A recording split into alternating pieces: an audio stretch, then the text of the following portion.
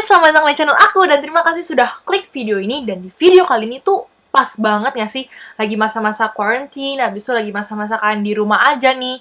Dan mungkin udah ada yang libur nih, kuliah atau sekolahnya ataupun kerjanya lagi ada yang libur. Kalian pasti butuh banget gak sih hiburan? Dan salah satu hiburan yang paling diminati kan menonton gitu kan, yaitu Netflix. Dan hari ini aku bakal ngerekomendasiin 5 film yang ada di Netflix dan yang pastinya aku udah pernah nonton. Dan sebenarnya tuh masih banyak nih film-film yang aku mau rekomendasiin ke kalian, tapi hari ini aku bakal ngasih tahu 5 film terlebih dahulu. Kan harus banget dengerin sampai terakhir nih guys, karena salah satu di antara kelima film ini ada loh film yang bisa kalian kontrol alur ceritanya.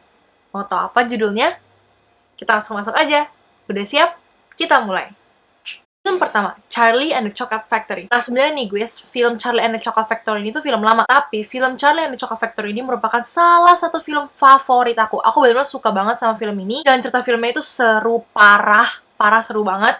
Dan dikemasnya secara ringan dan kayak pasti kalian suka deh penonton film ini, aku yakin banget. Dan film Charlie and the Chocolate Factory ini bisa ditonton oleh semua umur. Charlie and the Chocolate Factory ini sendiri merupakan film yang diadaptasi dari buku novelnya yang berjudul Charlie and the Chocolate Factory, karya Roald Dahl. Film Charlie and the Chocolate Factory ini memang film lama sih guys, karena film ini dirilis pada tahun 2005. Dan durasi dari film ini hanya 115 menit. Nah, pemeran utama dari film ini adalah Freddie Highmore. Pas masih kecil nih ya, Freddie Highmore itu juga merupakan pemeran utama di film The Good Doctor, tapi yang versi Amerikanya, yang versi barat. Dan juga Johnny Depp. Nah, kalau Johnny Depp nggak usah dikata lagi ya. Siapa sih yang nggak tahu Johnny Depp dengan film suksesnya yaitu The Pirates of the Caribbean. Nah, di sini aku bakal ceritain sedikit tentang The Charlie and the Chocolate Factory. Nah, basically nih guys, The Charlie and the Chocolate Factory ini merupakan film yang mengisahkan tentang seorang anak dari keluarga miskin yang pengen banget masuk ke pabrik coklat yang paling besar di kota dia. Nah, pabrik coklatnya ini tuh kayak tertutup, misterius gitu loh. Dan selama bertahun-tahun tuh nggak ada sama sekali masyarakat yang tahu di dalam pabrik coklat itu ngapain aja sih. Pokoknya mereka cuma tahu pabrik coklat ini tuh memproduksi, habis itu kirim-kirim, kayak gitu. Nah, si anak kecil dari keluarga miskin ini tuh pengen banget masuk ke dalam pabrik coklat tersebut. Nah, di film inilah menceritakan bagaimana si anak kecil ini itu bisa masuk ke dalam pabrik coklat ini. Nah, aku juga bisa bilang nih guys, bahwa film Charlie and the Chocolate Factory ini merupakan salah satu film fantasi. Jadi kalau kalian suka film-film fantasi gitu, kan bisa nonton film ini. Pokoknya kalian harus banget klik Charlie and the Chocolate Factory dan masukin ke my list kalian di Netflix. Film kedua, The Revenant. Nah, untuk film The Revenant ini, aku menyarankan penontonnya itu untuk remaja 17 tahun ke atas, karena mengandung unsur kekerasan gitu. Nah, basically, film The Revenant ini tuh film-film survival. Jadi bagi kalian yang suka film-film tentang cara bertahan hidup, cara manusia bisa survive, habis itu tentang science-science gitu, kalian boleh nonton film ini. Nah, film The Revenant ini sendiri itu diadaptasi dari novel non-fiksi yang berjudul The Revenant, A Novel of Revenge. Nah, film The Revenant ini dirilis pada tahun 2015 dengan durasi 156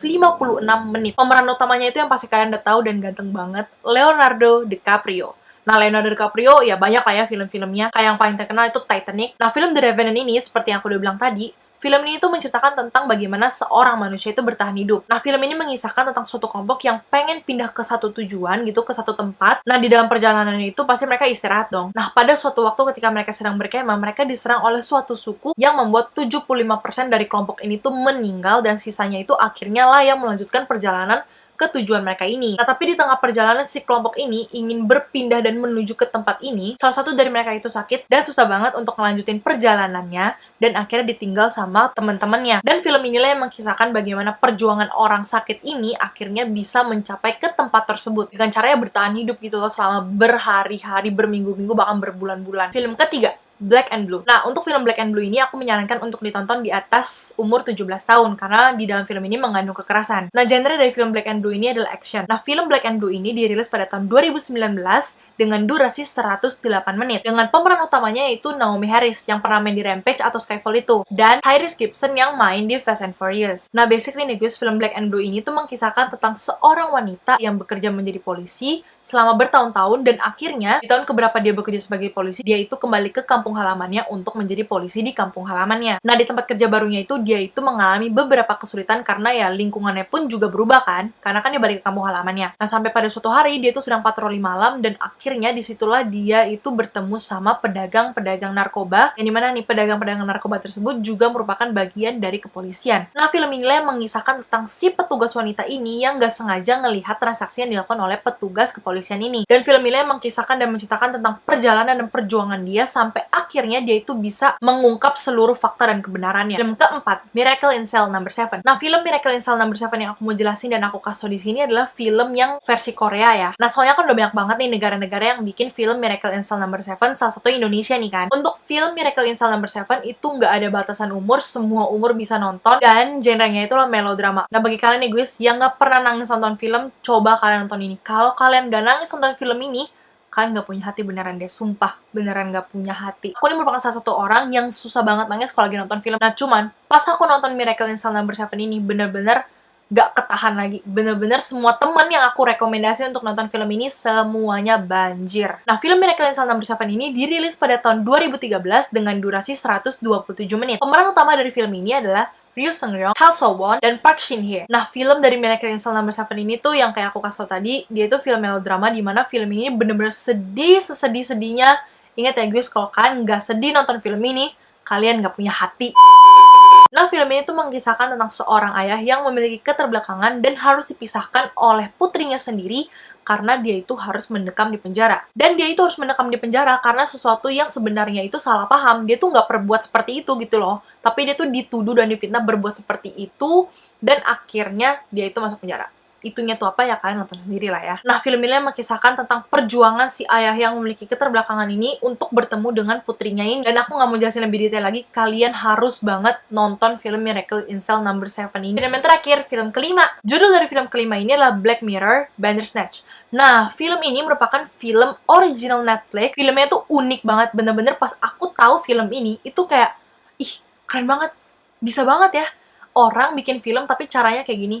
Dan inilah film yang aku bilang kalian bisa atur sendiri jalan ceritanya kalian mau kayak gimana. Nah, film Black Mirror ini bisa ditonton oleh semua umur dan genrenya itulah science fiction. Nah, film Black Mirror ini sendiri dirilis pada tahun 2018 dan durasinya itu 90-120 menit. Kenapa ada sampainya? Karena durasinya itu tergantung dari alur cerita yang kalian pilih.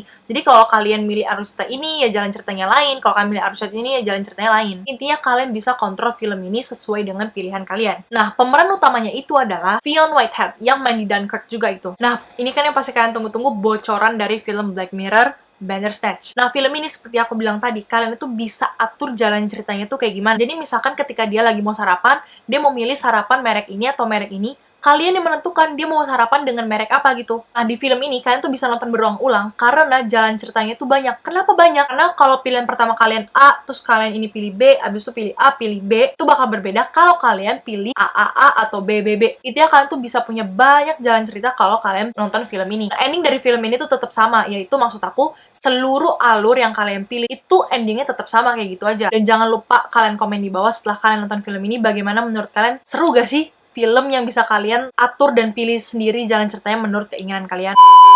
Nah, itu aja guys, rekomendasi 5 film Netflix versi aku yang bisa aku bagikan ke kalian. Dan jangan lupa ya guys untuk nonton dan bagikan pengalaman kalian setelah nonton film-film rekomendasi dari aku. Nah, aku juga mau ingetin bagi kalian yang mau request tentang video apapun, kalian bisa langsung komen di bawah. Dan jangan lupa untuk like kalau kamu suka video ini, komen, subscribe, dan share sebanyak-banyaknya ke teman dan saudara kamu. Dan jangan lupa juga untuk nyalain belnya supaya kamu dapat notifikasi kalau aku upload video baru. Dan sekian aja videoku hari ini, and I want to say see you on my next video!